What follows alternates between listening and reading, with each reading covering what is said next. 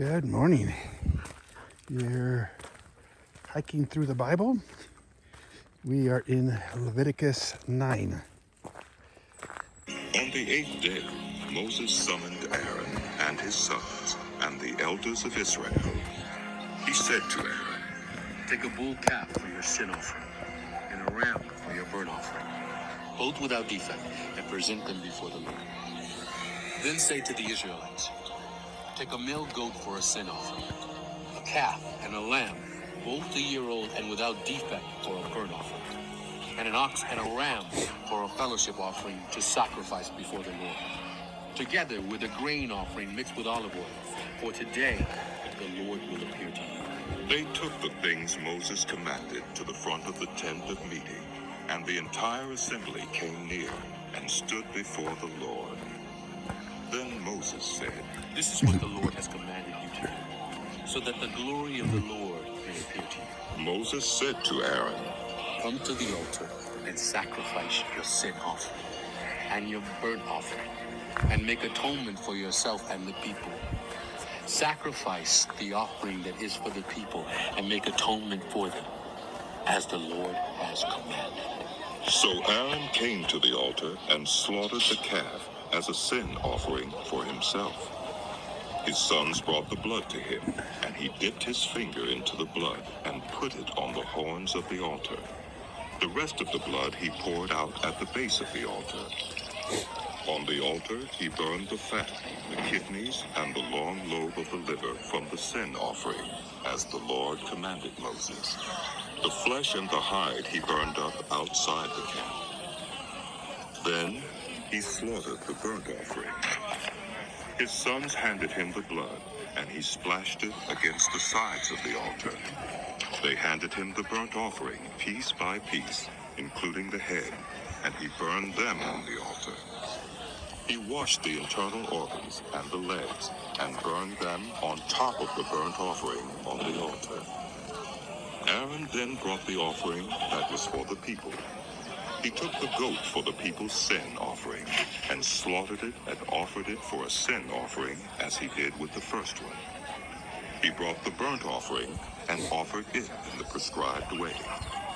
He also brought the grain offering, took a handful of it, and burned it on the altar in addition to the morning's burnt offering. He slaughtered the ox and the ram as the fellowship offering for the people. His sons handed him the blood, and he splashed it against the sides of the altar. But the fat portions of the ox and the ram, the fat tail, the layer of fat, the kidneys, and the long lobe of the liver, these they laid on the breasts, and then Aaron burned the fat on the altar. Aaron waved the breasts and the right thigh before the Lord as a wave offering, as Moses commanded. Then Aaron lifted his hands toward the people and blessed them. And having sacrificed the sin offering, the burnt offering, and the fellowship offering, he stepped down. Moses and Aaron then went into the tent of meeting. When they came out, they blessed the people, and the glory of the Lord appeared to all the people. Fire came out from the presence of the Lord and consumed the burnt offering and the fat portions on the altar. And when all the people saw it, they shouted for joy and fell face down. Aaron's sons, Nadab and Abihu, took their censers, put fire in them, and added incense, and they offered unauthorized fire before the Lord, contrary to his command. So fire came out from the presence of the Lord and consumed them, and they died before the Lord. Moses then said to Aaron, "This is what the Lord spoke of when he said, Thanks. Among those who approach me, I will be proved holy. In the sight of all the people, I will be honored." Aaron remained silent. Moses summoned Mishael and Elzaphan, sons of Aaron's uncle Uzziel, and said to them, "Come here. Carry your cousins outside the camp, away from the front of the sanctuary." So they came and carried them, still in their tunics, outside the camp, as Moses ordered. Then Moses said to Aaron and his sons Eleazar and Ithamar, Do not let your hair become unkempt, and do not tear your clothes, or you will die, and the Lord will be angry with the whole community. But your relatives, all the house of Israel, may mourn for those the Lord has destroyed by fire. Do not leave the entrance of the tent of meeting, or you will die, because the Lord's anointing oil is on you. So they did as Moses said. Then the Lord said to Aaron, You and your sons are not to drink wine or other fermented drink whenever you go into the tent of meeting, or you will die. This is a lasting ordinance for the generations to come, so that you can distinguish between the holy and the common, between the unclean and the clean. And so you can teach the Israelites all the decrees the Lord has given them through Moses. Moses said to Aaron and his remaining sons, Eleazar and Ithamar, Take the grain offering left over from the food offerings prepared without yeast, and present it to the Lord, and eat it beside the altar, for it is most holy. Eat it in the sanctuary area, because it is your share and your son's share of the food offerings presented to the Lord, for so I have been commanded. But you and your sons and your daughters may eat the breast that was waved and the thigh that was presented. Eat them in a ceremonially clean place. They have been given to you and your children as your share of the Israelites' fellowship offerings. The thigh that was presented and the breast that was waved must be brought with the fat portions of the food offerings, to be waved before the Lord as a wave offering. This will be the perpetual share for you and your children, as the Lord has commanded.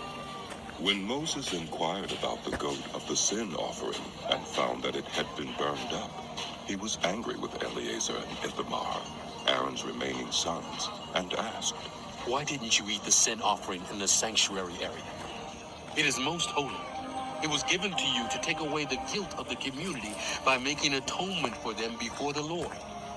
Since its blood was not taken into the holy place, you should have eaten the goat in the sanctuary area as I commanded. Aaron replied to Moses, Today they sacrificed their sin offering and their burnt offering before the Lord. But such things as this have happened to me. Would the Lord have been pleased if I had eaten the sin offering today? When Moses heard this, he was satisfied. The Lord said to Moses and Aaron, Say to the Israelites, of all the animals that live on land, these are the ones you may eat. You may eat any animal that has a divided hoof and that chews the cud. There are some that only chew the cud or only have a divided hoof, but you must not eat them. The camel, though it chews the cud, does not have a divided hoof. It is ceremonially unclean for you. The hyrax, though it chews the cud, does not have a divided hoof. It is unclean for you. The rabbit, though it chews the cud, does not have a divided hoof. It is unclean for you. And the pig, though it has a divided hoof, does not chew the cud. It is unclean for you. You must not eat their meat or touch their carcasses. They are unclean for you. Of all the creatures living in the water of the seas and the streams, you may eat any that have fins and scales. But all creatures in the seas or streams that do not have fins and scales, whether among all the swarming things or among all the other living creatures in the water, you are to regard as unclean. And since you are to regard them as unclean, you must not eat their meat. You must regard their carcasses as unclean. Anything living in the water that does not have fins and scales is to be regarded as unclean by you. These are the birds you are to regard as unclean and not eat, because they are unclean. The eagle, the vulture, the black vulture, the red kite, any kind of black kite, any kind of raven, the horned owl, the screech owl, the gull, any kind of hawk, the little owl, the cormorant, the great owl, the white owl, the desert owl, the osprey, the stork, any kind of heron, the hoopoe, and the bat. All flying insects that walk on all fours are to be regarded as unclean by you. There are, however, some flying insects that walk on all fours that you may eat. Those that have jointed legs for hopping on the ground. Of these, you may eat any kind of locust, katydid, cricket, or grasshopper. But all other flying insects that have 4 legs, you are to regard as unclean. You will make yourselves unclean by these. Whoever touches their carcasses will be unclean till evening. Whoever picks up one of their carcasses must wash their clothes, and they will be unclean till evening. Every animal that does not have a divided hoof, or that does not chew the cud, is unclean for you. Whoever touches the carcass of any of them will be unclean. Of all the animals that walk on all fours, those that walk on their paws are unclean for you. Whoever touches their carcasses will be unclean till evening. Anyone who picks up their carcasses must wash their clothes, and they will be unclean till evening. These animals are unclean for you. Of the animals that move about on the ground, these are unclean for you.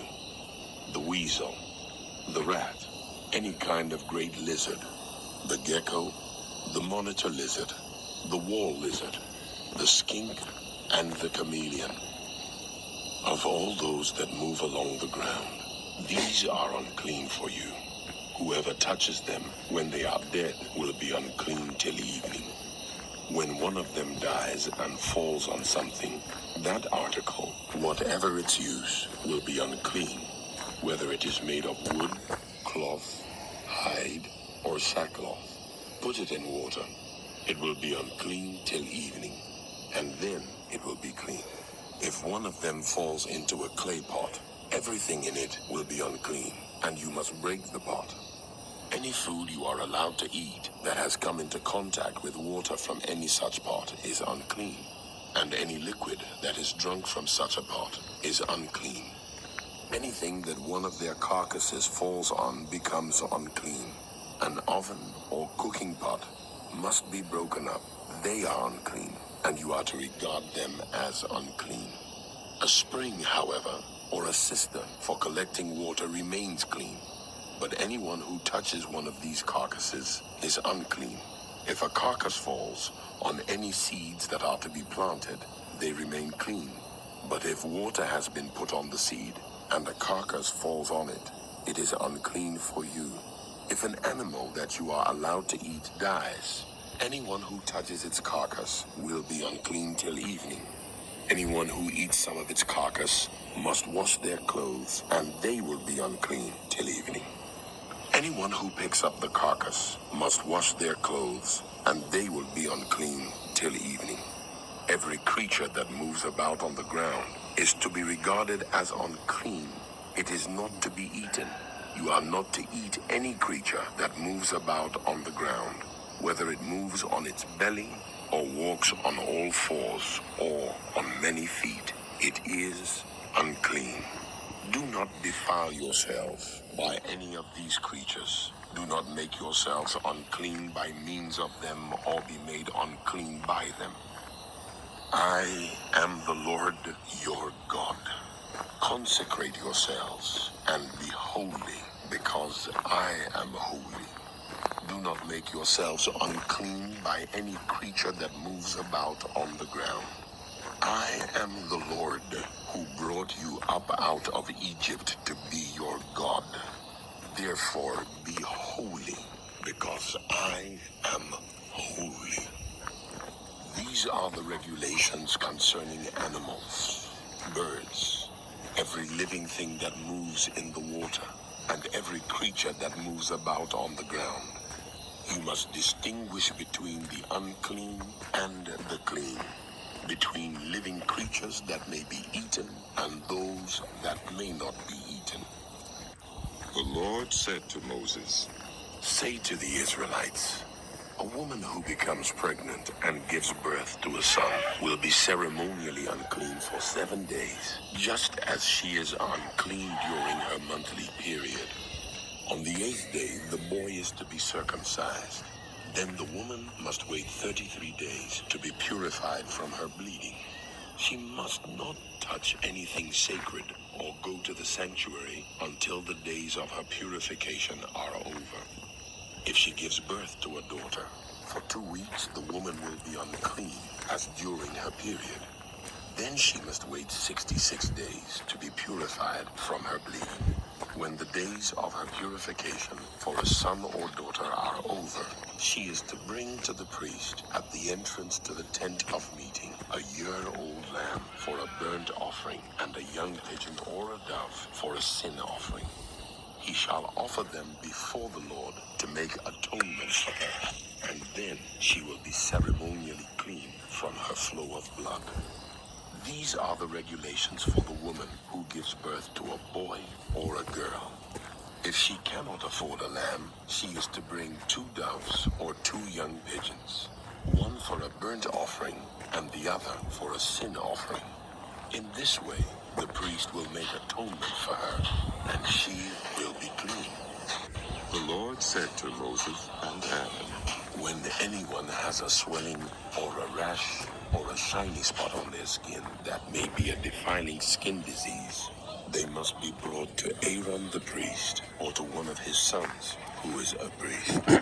The priest is to examine the sore on the skin, and if the hair in the sore has turned white and the sore appears to be more than skin deep, it is a defiling skin disease. When the priest examines them, he shall pronounce them ceremonially unclean. If the shiny spot on the skin is white but does not appear to be more than skin deep, and the hair in it has not turned white, the priest is to isolate the affected person for 7 days. On the 7th day, the priest is to examine them, and if he sees that the sore is unchanged and has not spread in the skin, he is to isolate them for another 7 days. On the 7th day, the priest is to examine them again, and if the sore has faded and has not spread in the skin, the priest shall pronounce them clean. It is only a rash. They must wash their clothes, and they will be clean. But if the rash does spread in their skin after they have shown themselves to the priest to be pronounced clean, they must appear before the priest again. The priest is to examine them, and if the rash has spread in the skin, he shall pronounce them unclean. It is a defiling skin disease.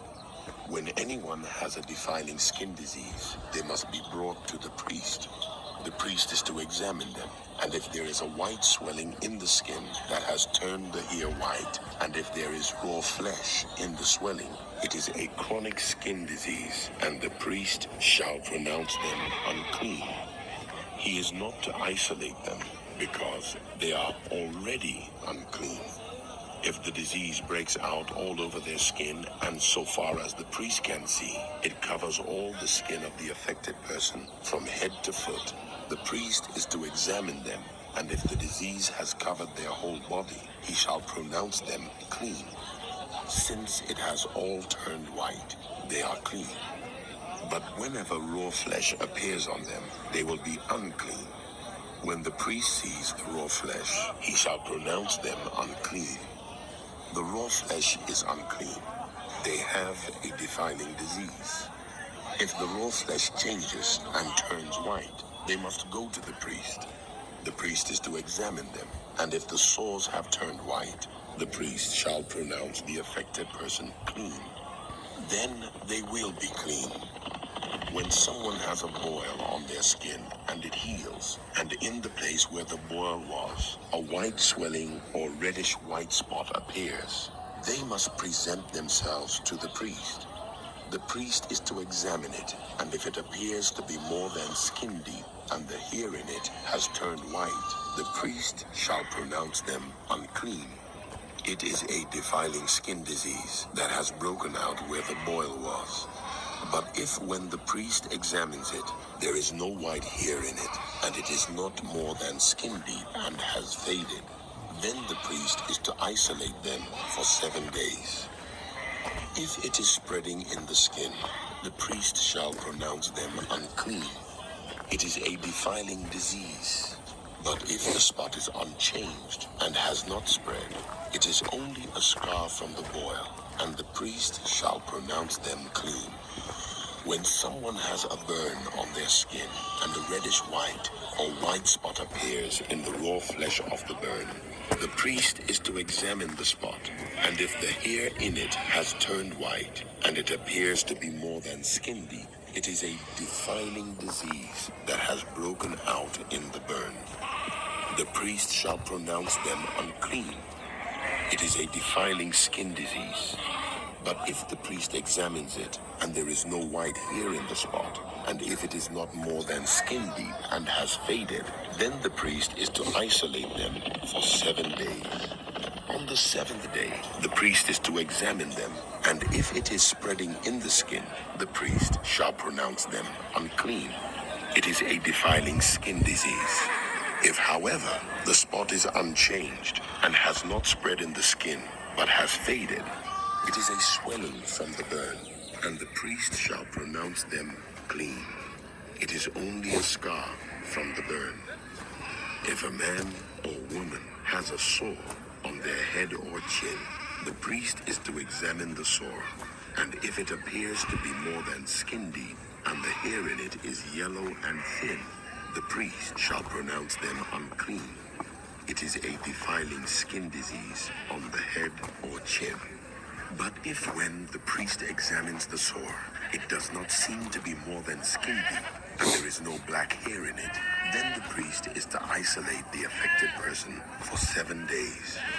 On the 7th day, the priest is to examine the sore, and if it has not spread, and there is no yellow hair in it, and it does not appear to be more than skin deep, then the man or woman must shave themselves, except for the affected area, and the priest is to keep them isolated another 7 days.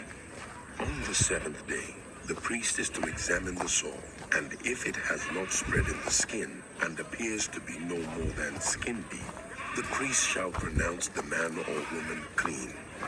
They must wash their clothes, and they will be clean. But if the sore does spread in the skin after they are pronounced clean, the priest is to examine them, and if he finds that the sore has spread in the skin, he does not need to look for yellow hair. They are unclean. If, however, the sore is unchanged so far as the priest can see, and if black hair has grown in it, the affected person is healed. They are clean, and the priest shall pronounce them clean. When a man or woman has white spots on the skin, the priest is to examine them, and if the spots are dull white, it is a harmless rash that has broken out on the skin. They are clean. A man who has lost his hair and is bald is clean. If he has lost his hair from the front of his scalp and has a bald forehead, he is clean. But if he has a reddish white sore on his bald head or forehead, it is a defiling disease breaking out on his head or forehead. The priest is to examine him, and if the swollen sore on his head or forehead is reddish white like a defiling skin disease, the man is diseased and is unclean. The priest shall pronounce him unclean because of the sore on his head. Anyone with such a defiling disease must wear torn clothes. Let their hair be unkempt, cover the lower part of their face, and cry out, "Unclean, unclean." As long as they have the disease, they remain unclean. They must live alone. They must live outside the camp. As for any fabric that is spoiled with a defiling mold, any woolen or linen clothing, any woven or knitted material of linen or wool, any leather or anything made of leather, if the affected area in the fabric, the leather, the woven or knitted material, or any leather article is greenish or reddish, it is a defiling mold and must be shown to the priest. The priest is to examine the affected area and isolate the article for 7 days. On the seventh day, he is to examine it, and if the mold has spread in the fabric, the woven or knitted material, or the leather, whatever its use, it is a persistent defiling mold. The article is unclean. He must burn the fabric, the woven or knitted material of wool or linen, or any leather article that has been spoiled, because the defiling mold is persistent. The article must be burned. But if when the priest examines it, the mold has not spread in the fabric, the woven or knitted material, or the leather article, he shall order that the spoiled article be washed. Then he is to isolate it for another 7 days. After the article has been washed, the priest is to examine it again. And if the mold has not changed its appearance, even though it has not spread, it is unclean. Burn it, no matter which side of the fabric has been spoiled. If when the priest examines it, the mold has faded after the article has been washed, he is to tear the spoiled part out of the fabric, the leather, or the woven or knitted material. But if it reappears in the fabric, in the woven or knitted material, or in the leather article, it is a spreading mold. Whatever has the mold must be burned. Any fabric, woven or knitted material, or any leather article that has been washed and is rid of the mold must be washed again. Then it will be clean.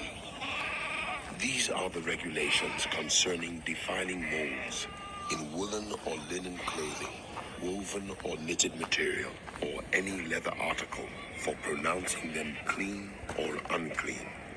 The Lord said to Moses, These are the regulations for any diseased person at the time of their ceremonial cleansing when they are brought to the priest. The priest is to go outside the camp and examine them.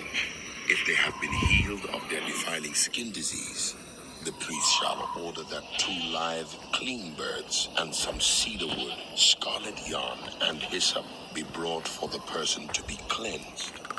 Then the priest shall order that one of the birds be killed over fresh water in a clay pot.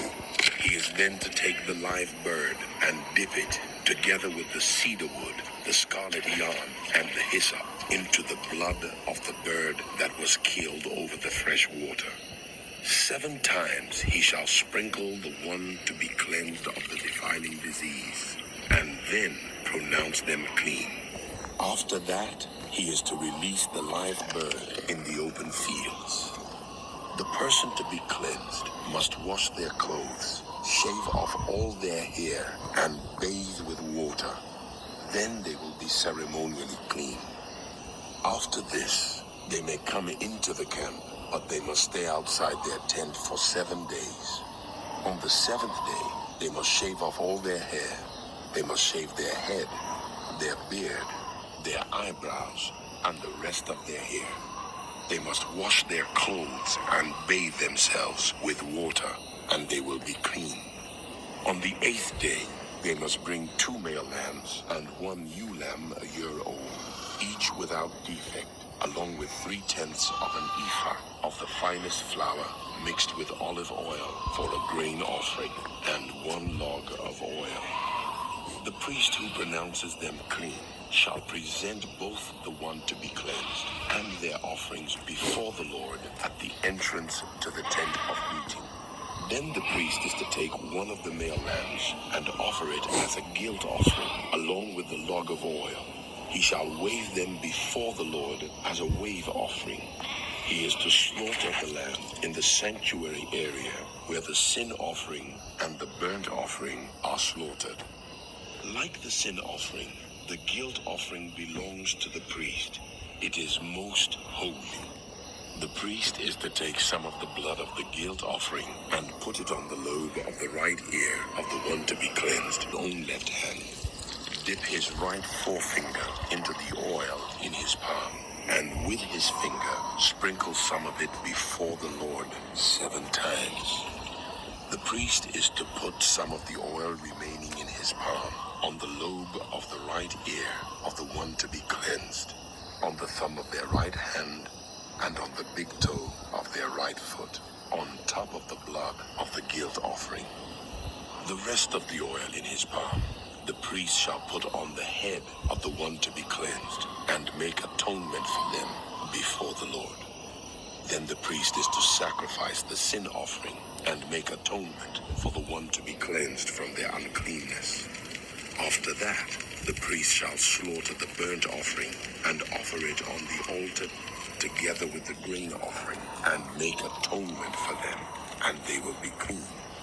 If, however, they are poor and cannot afford these, they must take one male lamb as a guilt offering to be waved to make atonement for them, together with 1/10 of an ephah of the finest flour mixed with olive oil for a grain offering, a log of oil, and 2 doves or 2 young pigeons, such as they can afford, one for a sin offering and the other for a burnt offering. On the 8th day, they must bring them for their cleansing to the priest at the entrance to the tent of meeting before the Lord. The priest is to take the lamb for the guilt offering together with the log of oil and wave them before the Lord as a wave offering. He shall slaughter the lamb for the guilt offering and take some of its blood and put it on the lobe of the right ear of the one to be cleansed, on the thumb of their right hand, and on the big toe of their right foot. The priest is to pour some of the oil into the palm of his own left hand, and with his right forefinger sprinkle some of the oil from his palm 7 times before the Lord. Some of the oil in his palm he is to put on the same places he put the blood of the guilt offering, on the lobe of the right ear of the one to be cleansed, on the thumb of their right hand, and on the big toe of their right foot. The rest of the oil in his palm the priest shall put on the head of the one to be cleansed, to make atonement for them before the Lord. Then he shall sacrifice the doves or the young pigeons, such as the person can afford, one as a sin offering and the other as a burnt offering, together with the grain offering. In this way, the priest will make atonement before the Lord on behalf of the one to be cleansed. These are the regulations for anyone who has a defiling skin disease and who cannot afford the regular offerings for their cleansing. The Lord said to Moses and Aaron, When you enter the land of Canaan, which I am giving you as your possession, and I put a spreading mold in a house in that land, the owner of the house must go and tell the priest, I have seen something that looks like a defiling mold in my house. The priest is to order the house to be emptied before he goes in to examine the mold, so that nothing in the house will be pronounced unclean. After this, the priest is to go in and inspect the house. He is to examine the mold on the walls, and if it has greenish or reddish depressions that appear to be deeper than the surface of the wall, the priest shall go out the doorway of the house and close it up for 7 days. On the 7th day, the priest shall return to inspect the house. If the mold has spread on the walls, he is to order that the contaminated stones be torn out and thrown into an unclean place outside the town. He must have all the inside walls of the house scraped and the material that is scraped off dumped into an unclean place outside the town. Then they are to take other stones to replace these, and take new clay and plaster the house. If the defiling mold reappears in the house after the stones have been torn out and the house scraped and plastered, the priest is to go and examine it. And if the mold has spread in the house, it is a persistent defiling mold. The house is unclean. It must be torn down, its stones, timbers, and all the plaster, and taken out of the town to an unclean place. Anyone who goes into the house while it is closed up will be unclean till evening. Anyone who sleeps or eats in the house must wash their clothes. But if the priest comes to examine it, and the mold has not spread after the house has been plastered, he shall pronounce the house clean, because the defiling mold is gone. To purify the house, He is to take 2 birds and some cedar wood, scarlet yarn, and hyssop. He shall kill one of the birds over fresh water in a clay pot.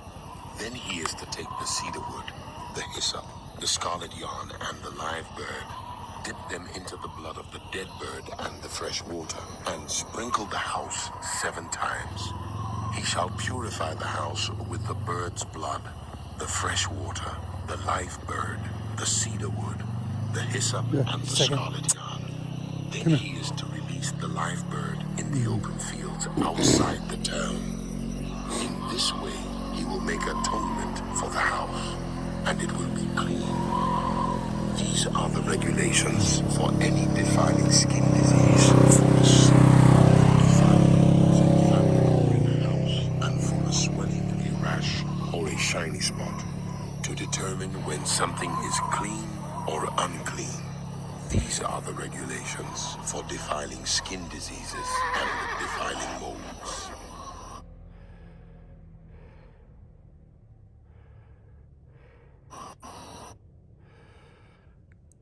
All right. That's it for today. Like and subscribe, and we will see you next time.